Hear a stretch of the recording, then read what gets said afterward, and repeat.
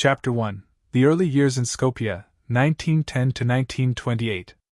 Angiz Gonks Bojaksiu, who would later be known to the world as Mother Teresa, was born on August 26, 1910, in Skopje, which is now the capital of North Macedonia. At the time of her birth, the region was part of the Ottoman Empire, a cultural crossroads filled with diverse ethnicities and deeply rooted tensions. Though her birthday was August 26th, she always considered August 27th, the day she was baptized into the Catholic faith, to be her true spiritual beginning. She was the youngest child of Nikol and Dranafil Bojaksiu, an ethnic Albanian family. Her father was a prosperous entrepreneur, building contractor, an active politician who passionately supported the Albanian nationalist movement. Her mother, Dranafil, was a deeply pious woman who instilled in her children a profound sense of religious devotion and a duty to help the less fortunate. The Bojaksiu household was known for its open-door policy, frequently welcoming the city's destitute for meals and shelter. Tragedy struck the family in 1919 when Angiz was only 8 years old. Her father fell suddenly ill and died, a death many suspected was an assassination orchestrated by his political rivals. The loss threw the family into sudden financial hardship, forcing Dranafil to open a sewing and embroidery business to sustain the household. Witnessing her mother's resilience and unwavering charity despite their poverty left an indelible mark on young Angiz's character. By the age of 12, Angiz began feeling a strong pull toward a religious life. She attended the local Sacred Heart Jesuit parish, where she eagerly read letters and journals sent by Yugoslav missionaries working in Bengal, India. These stories of selflessness fascinated her, planting the initial seeds of a lifelong desire to serve as a missionary in India. When she turned 18, Angiz made the definitive choice to leave her home behind. In September 1928, she said goodbye to her mother and sister, a farewell that would prove to be final, as she never saw them again. She traveled to Ireland to join the Sisters of Loreto at Loreto Abbey in Rathfarnham, an institute of religious women dedicated to education. Her primary goal was to learn English, the language the Sisters of Loreto used to teach school children in India. Chapter 2: The Loreto Convent and the Call Within a Call, 1929 to 1948. In January 1929, Angiz arrived in India after a long sea voyage, stepping off the boat in Kolkata, then known as Calcutta. She was sent to Darjeeling, a town in the foothills of the Himalayas, to begin her novitiate.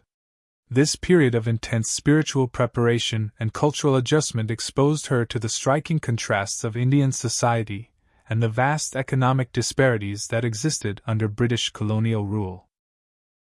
She took her first religious vows as a nun on May 24, 1931. She chose the name Teresa after Teresa de Lisieux, the patron saint of missionaries, but opted for the Spanish to distinguish herself from another nun in the convent. 6 years later, on May 24, 1937, she took her final solemn vows, officially becoming Mother Teresa, a title reflecting her spiritual maturity and leadership within the community. For nearly 20 years, Mother Teresa taught history and geography at the St. Mary's School for Girls in Entally, eastern Kolkata. She eventually rose to become the school's principal. The convent grounds provided a peaceful, sheltered haven of order, manicured lawns, and structured academic routines, quite isolated from the mounting turmoil outside its high walls. Outside those walls, Kolkata was suffering deeply. The city was battered by the horrific Bengal famine of 1943, which claimed millions of lives, followed closely by the brutal Direct Action Day communal riots of 1946. These events flooded the streets with refugees, orphans, and starvation. From her window, Mother Teresa could see the crushing poverty, a stark contrast to the safety of her classroom that increasingly troubled her conscience.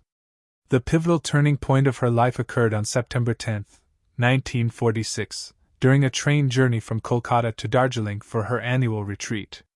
As the train rattled through the Indian countryside, she experienced what she later described as a call within a call.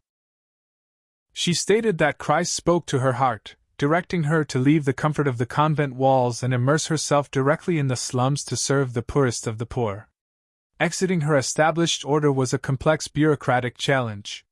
She had to navigate church hierarchy and obtain official permission from her superiors and the Vatican to live as an independent nun outside the convent.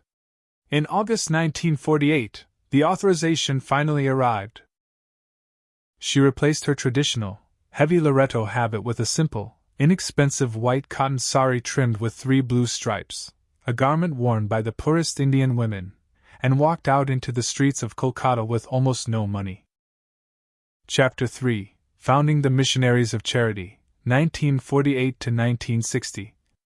Mother Teresa's early months in the slums of Motijo were incredibly grueling. She had no steady income, no permanent shelter, and had to beg for food and medical supplies to keep going. She began by gathering the neighborhood's poorest children, using a stick to write letters in the dirt to teach them how to read and write, while also instructing them on basic hygiene.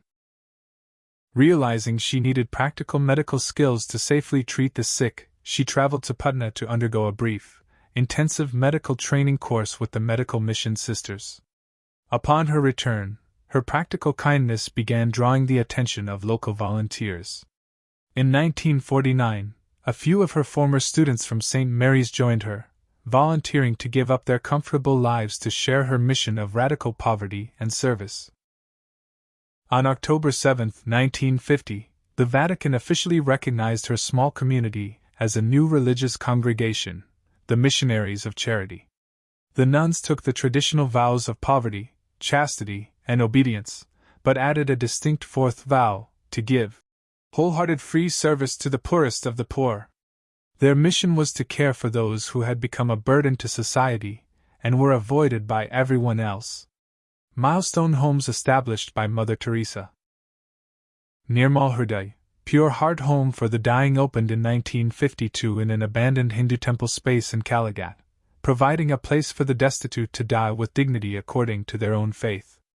Shantinagar, Town of Peace, founded in the late 1950s as a specialized center and colony where leprosy patients could receive long-term medical care, rehabilitation, and work without stigma. Shirshu Bhavan, Children's Home. Established in 1955 as a haven for orphans, abandoned infants, and street youth, offering them medical care, shelter, and adoption placement. The opening of Nirmal Hriday initially sparked anger and protests from local residents and temple priests, who resented an outsider setting up a facility so close to their sacred grounds. However, the tension dissolved when Mother Teresa personally nursed a Chapter 4, Global Expansion and the Public Eye, 1960 to 1979.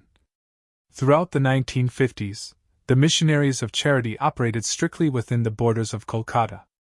By the turn of the decade, Mother Teresa began expanding the order across India, opening houses in cities like Ranchi, New Delhi, and Mumbai. In 1965, Pope Paul VI granted a decree of praise to the congregation, placing it directly under papal authority, and clearing the way for international growth. The order's first home outside of India opened in Venezuela in 1965, followed quickly by foundations in Rome, Tanzania, and suburban Colombo, Sri Lanka. Mother Teresa traveled extensively to oversee these new installations, ensuring that every house adhered strictly to the core values of absolute poverty, manual labor, and direct service to the local community's marginalized groups. Mother Teresa's work moved into the global spotlight largely due to the British journalist and broadcaster Malcolm Muggeridge. In 1969, he filmed a documentary about her work titled Something Beautiful for God, followed by a book of the same name. The documentary showcased her bright spirit against the dark backdrop of the Kolkata home, captivating audiences worldwide and drawing massive financial donations and volunteers to her. Acceptance speech in Oslo was a powerful defense of her beliefs.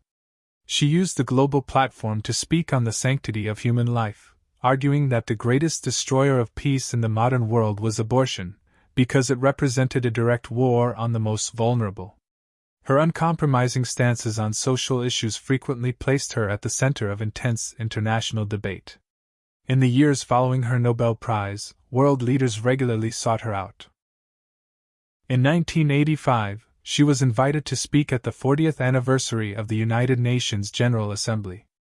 That same year, U.S. President Ronald Reagan presented her with the Presidential Medal of Freedom, the highest civilian honor in the United States, at a special White House ceremony.